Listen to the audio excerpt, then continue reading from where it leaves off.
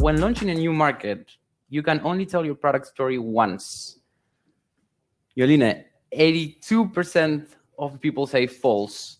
Only 18% of people say true. I think that's good. Yeah. I do think we need to mention that in PR, you don't really have the opportunity to test it several times because a story stays, it sticks, it's out there, so it can't be changed. Yeah.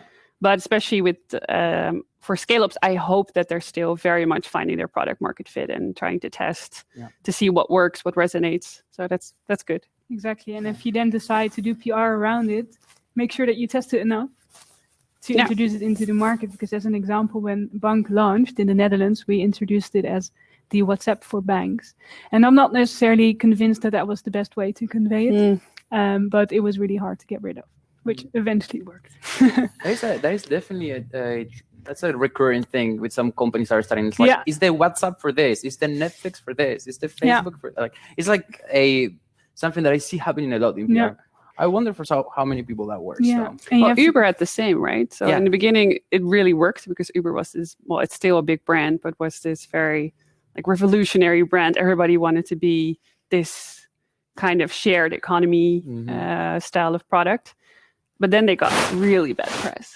So everybody was like, oh, we can't really say that we're the Uber for because it's also coming back to us. Yeah, I think it's important to keep in mind that press or journalists don't only focus on the current state of things. Yeah. You know, when they're not there to promote you, unfortunately, would be amazing. So if you want to change your mind, let's do it. But if they write about you, they don't only write about what's happening to you now, but they also look back on what happened to you before and try to relate that to what's happening out there in the market. Yeah. So keep that in mind when you decide to make these kinds of statements. Exactly. Yeah. And the last result that we got is to get featured in the press, I should talk about my product or service. This one is quite even, eh? It's like yes, 44%, no, 56%. It's quite self-explanatory until now, right? We kind of like all of us address it in our own things like, oh, Joliene from like test your narrative, but also you, Bianca, and me, you're not the center of the world. No. I even made a galaxy. I mean, just to make it very clear, you know, you are not the sun, you are a planet. Exactly. I mean, it's quite straightforward, I think, at this point. I think so too. I think like a product never, if you talk about solutions, you never talk about a product because solutions bring value and you always try to address the pain of the person that you're trying to serve too by bringing them a solution. But if you talk about your product, you're just talking about this is an awesome product, but what is it going to bring me? And I think that's the question as a marketer you should always ask when you start writing. What is the message that I want to convey? And what do I actually want to solve for the person that I'm trying to serve? And I think that's really interesting because it's the same in PR, but there's a difference because you're solving people's problems as well. But in PR, you also need to prove that there's a significant group that's experiencing this problem. Where in marketing, you really focus on the person and their personal pain points. In PR, you need to prove, you can do that by research or there's multiple ways of doing it, that there's enough people and there's a trend of people experiencing this problem. So we got some really nice messages. Nice. People introducing themselves. Patricia, hi Patricia from Eindhoven. Hi, Patricia. She's into healthcare technology. Charlotte, working in Amsterdam for Lepaya. I heard about that one. A soft skills training company growing fast and ready to expand to other European countries. Well, Charlotte, I hope the tips that we shared help you. And Hessel, a freelance digital marketeer based in Amsterdam, always interested in learning new tips. So welcome, guys. Welcome, and welcome to you behind the screen. Now, we got some questions. Should we dive right in? Yeah, let's go. Yeah? Okay. So, Time van Dil said, I can imagine it really helps to have some kind of relation with the journalist whom you like to publish your story or research. But we don't have that network in markets where we are newly launching. What's your recommendation in this? You want to take this one? Yeah. Well, first of all, you're right. It's really important to build some good relationships, but it's not everything. The most important thing is that you build respectful relationships. But there's a common perception that you need to be friends with a journalist for them to publish your story. Sure, if you've been talking to a journalist before and they see your name, they're probably more likely to open your email. Fine. But journalists are looking for the best story. So it doesn't matter if you already know them. If your story is good, they're going to use it. So of course, try to build some relationships, and that's more based on respect than friendship. So every time you make an agreement that you actually live up to it.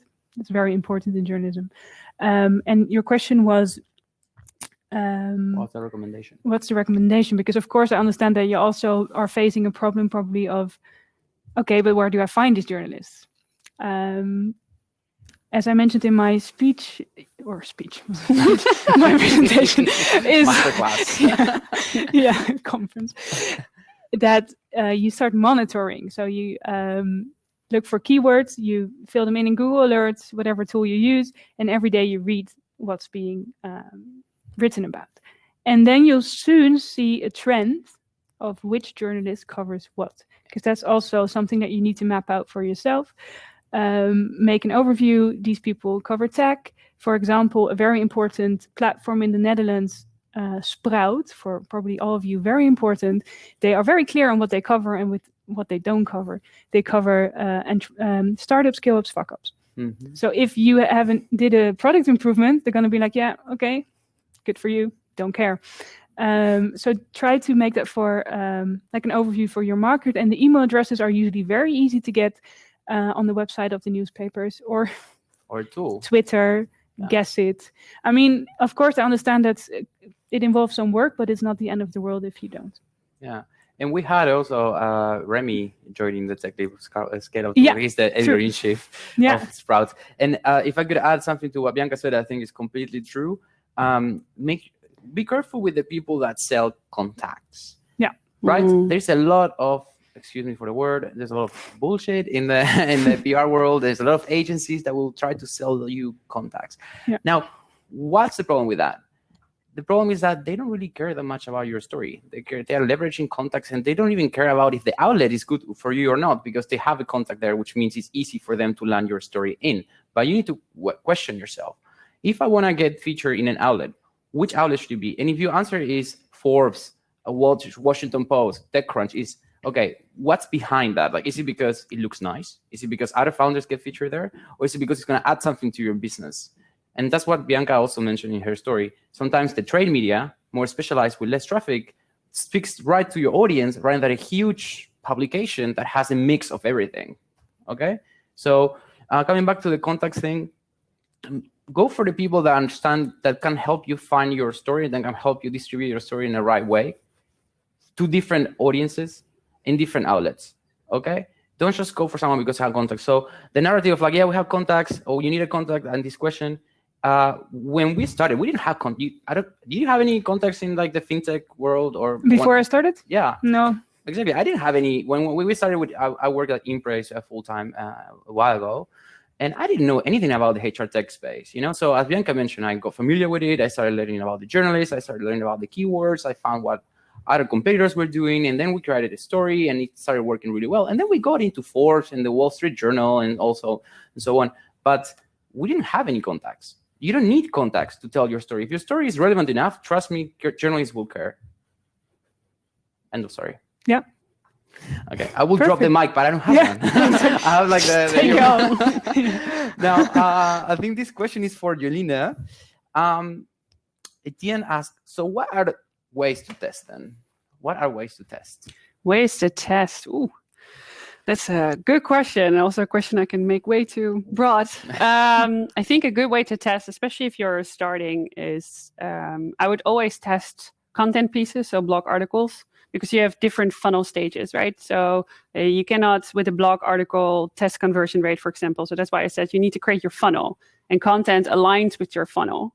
So if you really want to test your messaging in the new market, what you always do is you start with a content piece that leads to a landing page. And the landing page is very important to specify your messaging towards your audience, of course, also already in the blog.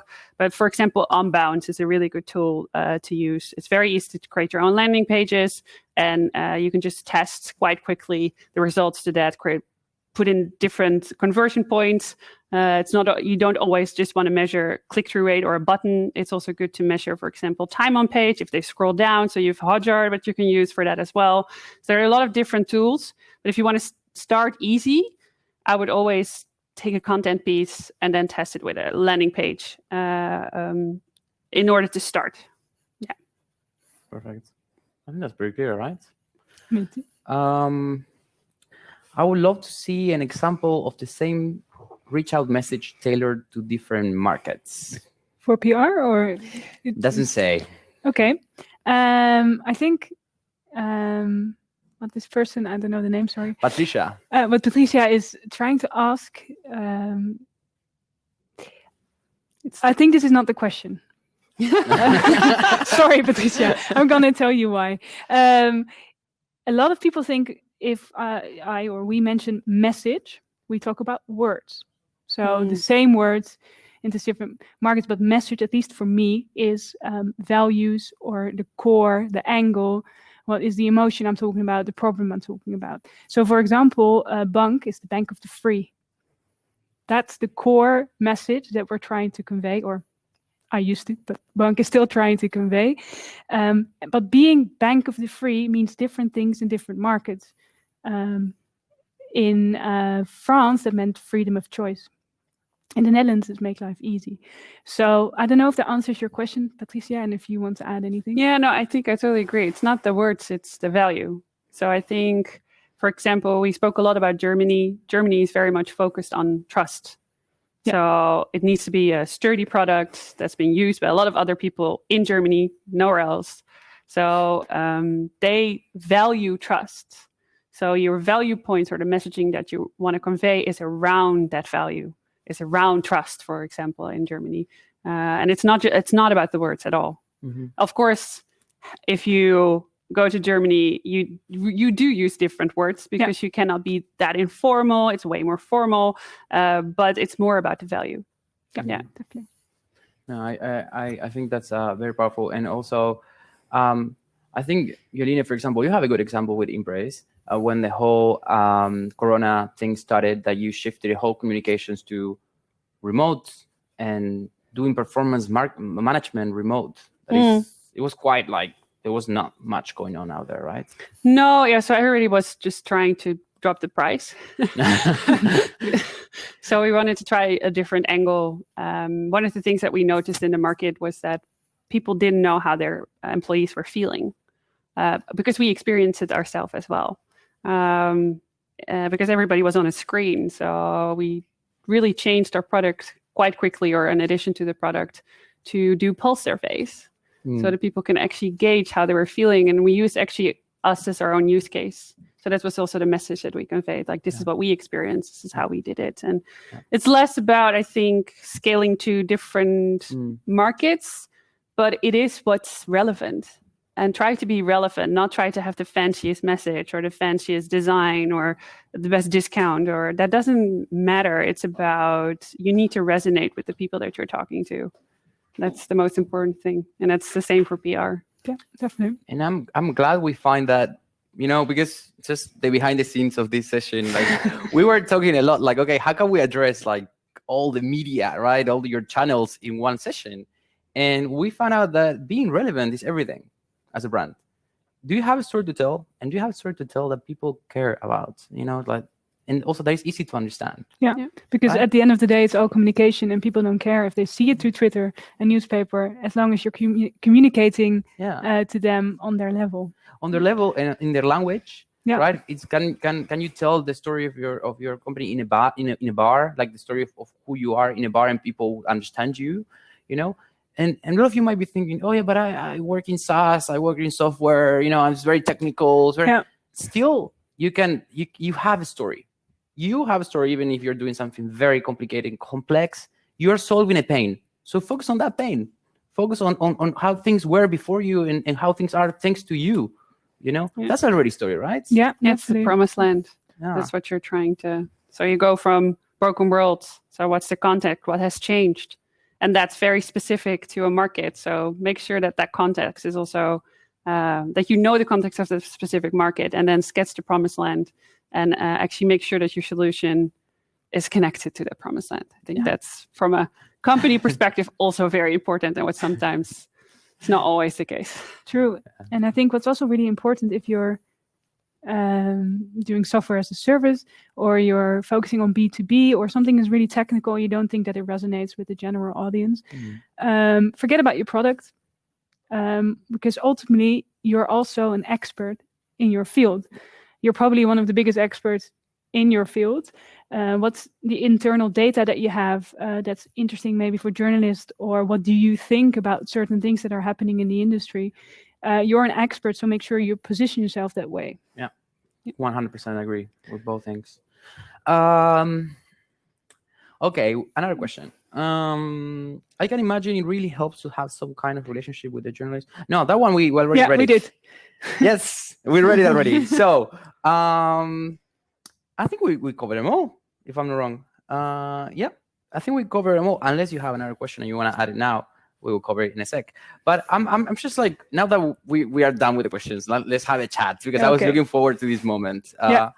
Now, well, Bianca, you work also. We have a really interesting story to share about a company that didn't work. Kind of like, in a sense, true. Yeah. I want to say didn't work, but got seriously affected by coronavirus, unfortunately. Yeah, right. True.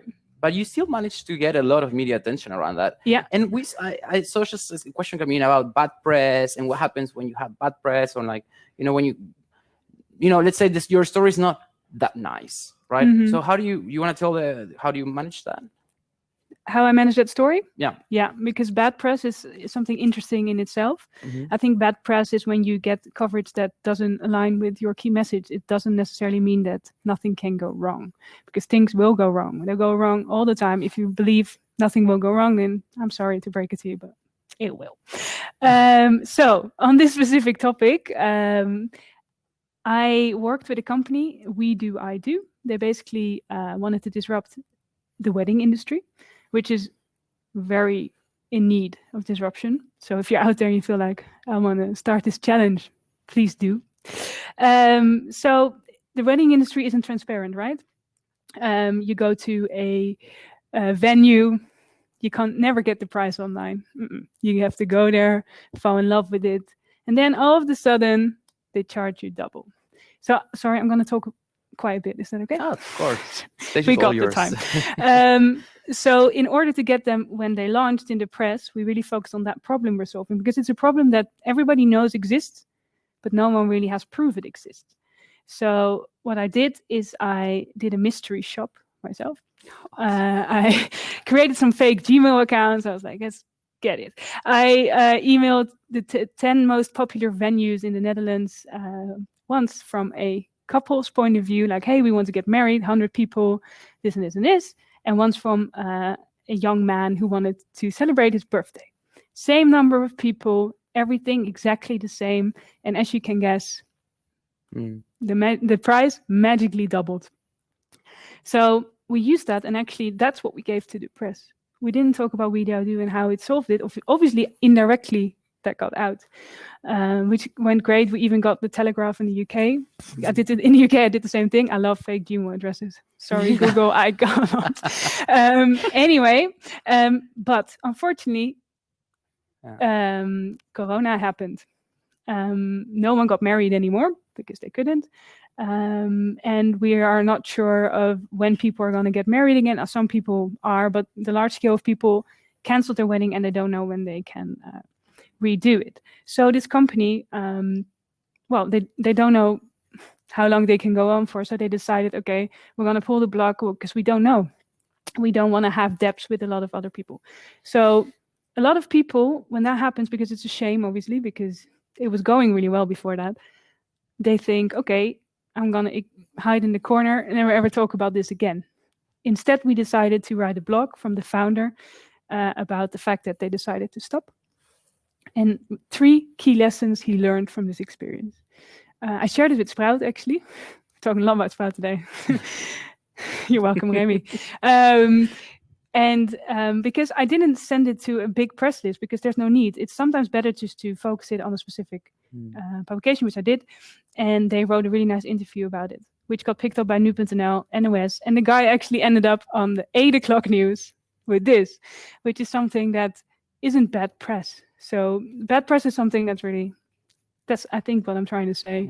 There's not such a thing. It's as a bad press. perspective. Yeah. Well, there is. Yeah, but what I think is, for me, I saw the story of Thomas, and I saw him. Yeah, his name is Thomas. I also know him. But what I think was very interesting is how vulnerable he was, right? And I think, I don't know. I mean, tell me what you think about this. But like, I think a lot of brands are not being vulnerable. No. In a moment that, in order to connect with people and engage, I think being vulnerable is like the strongest tool that you have, right? Definitely. Like, then, like, we understand you. We're in the same boat. Like, we are. Yeah. You know. So I think that was very interesting as a case study to me, right? Yeah, and I also think that failures need to be destigmatized, because we always talk about the biggest success that we make, especially in this industry. Like, wow, we did this. Oh my God, so much success. Great, but that doesn't really leave much room for people to talk about their their failures is already the word that I wouldn't use. Lessons learned. Exactly. In order to innovate, you need to fail forward, because you need to take risk. Exactly. And well, we discussed this in our webinar, Joliene. So, but I think you also showed a big, element of empathy when you match your content strategy to the stages of trauma, right?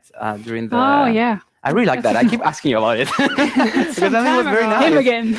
Yeah, that's we actually had it's been a while, so I don't know it at heart anymore, but we showed people the stages that they're going through now in Corona, especially as HR. So what is happening to your company? How are the people feeling? They first are in this first month chaos phase, right? We all experienced it, going remotely, not knowing what the world is going to end or when, or if we ever go back to normal. And then what you saw, especially in the tech scene, is companies quickly adjusted. But we also, of course, have a lot of non-tech customers who had way more struggle to adapt to this new way of working. So I actually showed, also by the Pulse survey, but also just by showing our customers, okay, this is the phase you're going through now, and this is the phase you go through now, and then this phase will happen. So make sure that you talk to your people about this and talk to your people about that. And what we really tried to do is we created almost articles that just helped people how to get through the situation. So it was not at all focused on Impraise, but just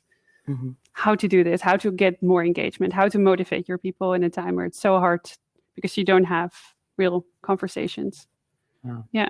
Navigate times of uncertainty and so on. It was very interesting, actually. I found it very nice that you also you are now in the state of shock. Now you're in the state of acceptance and delivering content just for that, and it's super interesting.